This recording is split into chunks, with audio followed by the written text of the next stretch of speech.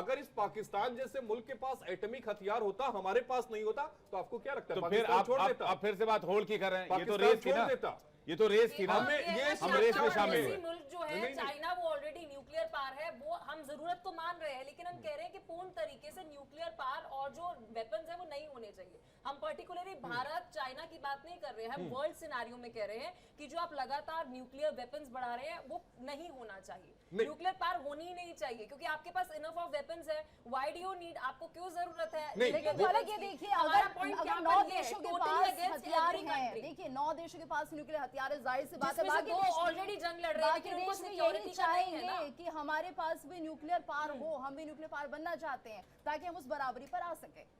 अब मैं आपको एक और एग्जांपल देता हूं। अगर हम 2024 की बात करें तो 2024 में आईसीएएन ने, International Campaign to Abolish Nuclear Weapons ने एक रिपोर्ट जारी की। रिपोर्ट में बताया गया कि अमेरिका ने परमाणु हथियारों पर सबसे ज्यादा 56.8 अरब डॉलर खर्च किए। बिल्कुल। अब अमेरिका के पास पैसा है, वो खर्च कर सकता है, जबकि बाकी 8 परमाणु शक्ति वाले देशों ने भी इस पर खर्च किया। अमेरिका के बाद चीन ने 12.5 अरब डॉलर खर्च किए, ब्रिटेन ने 10.5 अरब डॉलर खर्च किए।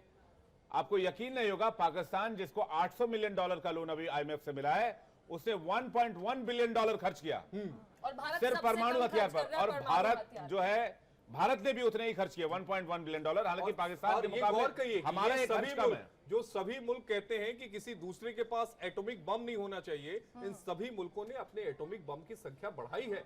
तो वो भी है, मैं वही कह रहा हूं। जिस पाकिस्तान के सामने भूखमरी, कंगाली, बेरोजगारी, महंगाई सबसे बड़ी चुनौती है, गरीबी सबसे बड़ी चुनौती है, वो $1.1 बिलियन सिर्फ इसलिए खर्च कर रहा है क्योंकि उसको परमाणु रेस की दौड़ में रहना है, और इसके लिए आईएमएफ से लोन लेके कर रहा है। मैं इसलिए कह रहा हूं, अगर ये परमाणु हथियारों की होड़ नहीं होती, रेस नहीं होती, तो शायद ये पैसा पाकिस्तान अपने आतंकियों को दे पाता, हालांकि ये बारिस्टों को दे पाता। इस तरह की सोच कितने देश रखते हैं? आज अब ये देखिए, जब 9 देश, मैं कह रहा हूं परमाणु हथियारों पर खर्चा नहीं करता तो टेररिस्टों पर कर देता। हालांकि ये बात ओपेनहाइमर ने भी ये कही थी, अपनी बात जूनी में उसने लिखी थी, और एक फिल्म भी बड़ी खूबसूरत सी आई, आपने देखा होगा, 2023 में रिलीज हुई थी, जिसमें उन्होंने कहा था कि मैं मृत्यु बन गया हूं, यानी दुनिया का विनाशक। ये बात उनको भी उस समय पछतावा हुई थी, लेकिन वो जानते थे कि द्वितीय विश्व युद्ध को जीतने के लिए हमें एक ऐसा हथियार चाहिए जो पूरी तरीके से विनाशकारी हो।